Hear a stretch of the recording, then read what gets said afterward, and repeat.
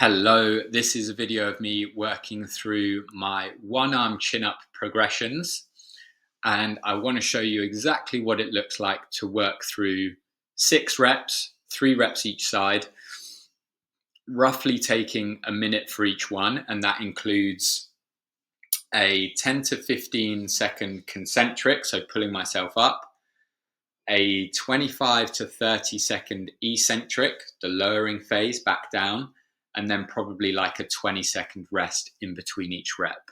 And this is really what I want you aiming for in your force negative work of approximately 3 reps, each one lasting a minute with that 20 seconds rest included at the end, always aiming for a 30-second lowering phase, because that will guide you in terms of how much manipulation you need to create during that lowering phase to ensure that it lasts that long.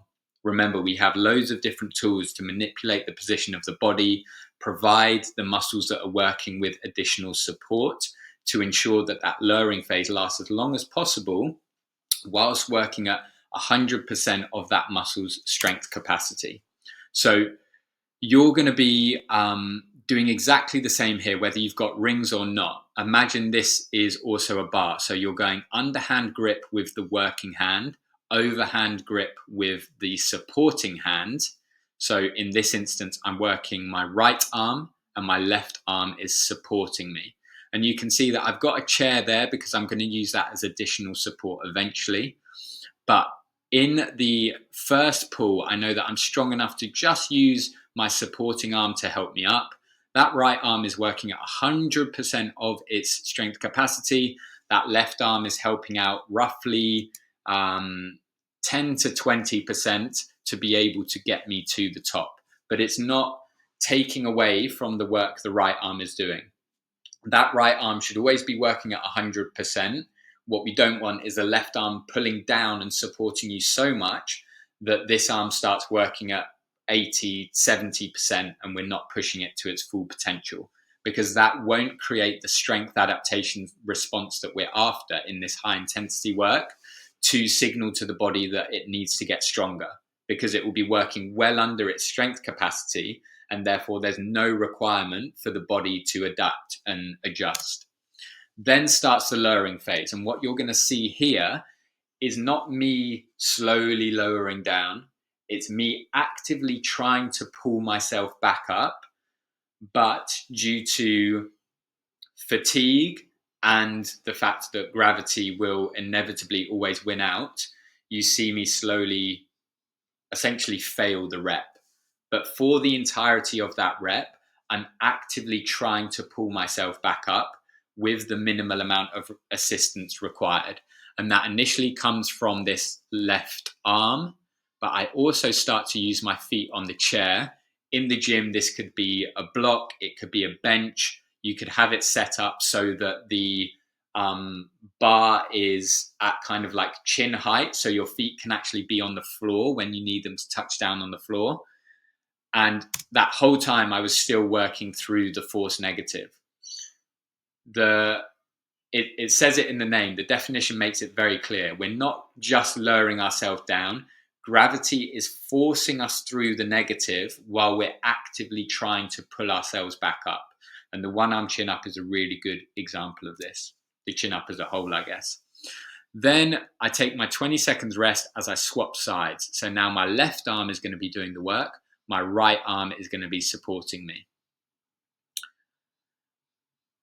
I can pull through the left with, 10 to 20% support from that right arm, getting my chin over the ring or the bar, and then starts the fight to try and pull myself back up with gravity pushing me down.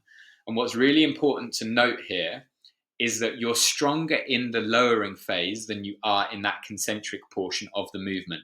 So I don't know if you can see here, but when I pulled myself up with that left arm, I was using my whole hand, and as I said, like 10 to 20% effort there so that it could support me get up to chin over the bar, chin over the ring. Now on the lowering phase, I know I'm stronger. So this supporting arm, this right arm, can release some of the force that I'm pushing down on it, because I know that my left arm can now take more force as I'm lowering myself down through the lift. So what I've actually done is I've gone to like a 2-finger grip on the right arm to ensure that my left is working at its maximum capacity. And then that's manipulated as the rep goes on. So I'm holding on with 2 fingers here. Eventually, I think I'd start to put more force into those 2 fingers, that arm, and I even start to use the foot on the chair a little bit to try and keep me in the rep, and then the rep eventually ends. So that is me manipulating the position of my body and the amount of support I'm giving the working muscles to make the lowering phase last the entirety of what we want, that 30-second gap of what we want. Then you swap arms again. You're going on to the right hand side, left hand for support. I think you can see here, I try and use the left arm as little as possible. And then I achieve the one arm chin up. And this is a really good example of what you could do with rings if you have them available. The more you push that supporting arm out, the less support it gives the working hand. But it's not essential. You could just reduce the amount of support you're putting into that hand. And then this whole time you can see I'm trying to pull myself back up, but gravity is winning the war. I'm trying as hard as possible. You can definitely see in my facial expressions. I'm using that chair as support as well for that last 5 seconds to keep me in the lift that little bit longer, to keep that right arm working a little bit longer. And the entire time, that right arm is working at 100% effort. So throughout the lift, right arm is working at 100% effort, but what's changing is the amount of force I need to produce as a whole to keep me in the lift. So now in this case, left arm working at 100% effort, the amount of force I'm putting in that supporting arm and maybe even my feet now to a certain extent is increasing more and more and more. Okay, so throughout the rep, what is continuous is that one arm working at 100% effort. What changes is the amount of work that my supporting arm and my feet are putting into the lift to ensure that I can stay in the rep as long as possible. Take that little break, recompose yourself.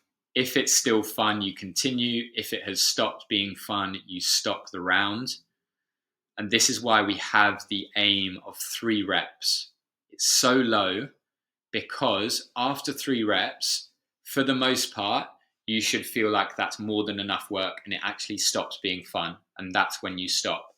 That is how hard we want each rep. So you can see here, I'm trying to pull myself up. I'm actually looking up to see what I'm trying to do, try and get me up. That left arm is working to support me. Those feet are working to support me. And eventually gravity will win out. The fatigue is so much in the right arm that the rep eventually has to stop. And then I think this will be the last rep here. I take that big rest, make sure that the left arm is ready to go. And then the final rep starts. Concentric phase. Right arm is working a little bit harder at this point now because of the amount of fatigue. So the left arm is still going to be working at 100% to pull me through, but I'm using that right arm much more now compared to the first rep. And you see that I even have to use my feet to get up in this example here. And then last time, trying to pull myself up, but gravity winning the war.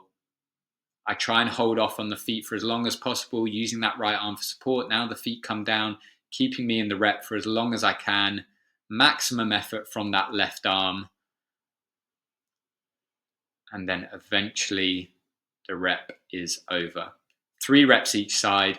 That should be all you need to achieve your maximum effort with your chin up or one arm chin up